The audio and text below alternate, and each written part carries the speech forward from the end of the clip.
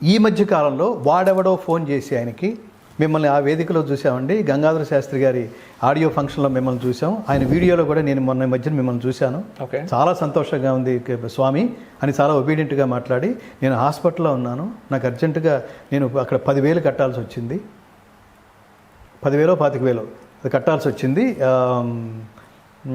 దయచేసి మీరు ఇది చేస్తారు, మీరు చాలా గొప్పవాళ్ళు, ఈ సహాయం చేయండి. ఈ నమ్మేశాడు టక్కన. మీ అకౌంట్ నెంబర్ చెప్పండి, లేకపోతే మీ ఫోన్ నెంబర్ చెప్పండి, నేను ఆన్లైన్ పే చేసేస్తాను అనేసాడు. చేసేసాడు. వాడెవడో తెలియదు దీనికి. ఓకే. ఆయన గొంతులో ఉన్న ఆర్ద్రత చూసి ఆయన ఖచ్చితంగా పాపం ఆర్తుడిలాగా ఉన్నాడని ఆయన ఇంకో 4 రోజులు అయింది. 4 రోజుల తర్వాత మళ్ళీ వాడే ఫోన్ చేసి నాకు నువ్వు ఇంకా నువ్వులోకి దిగాడు. నువ్వు ఎంత సంపాదిస్తున్నావో నాకు తెలుసు,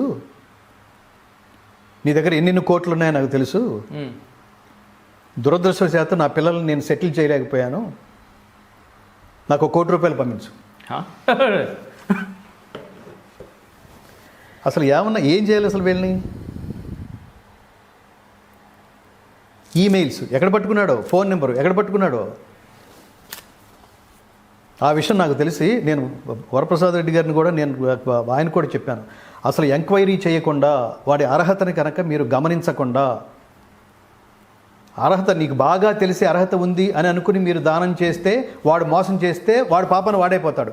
అస్సలు ఏమీ తెలియకుండా దానం ఇవ్వడం మీ బలహీనతగా అవతల వాడు భావిస్తే మొత్తం మీ ఆస్తి మీద కన్నేసాడు వాడు.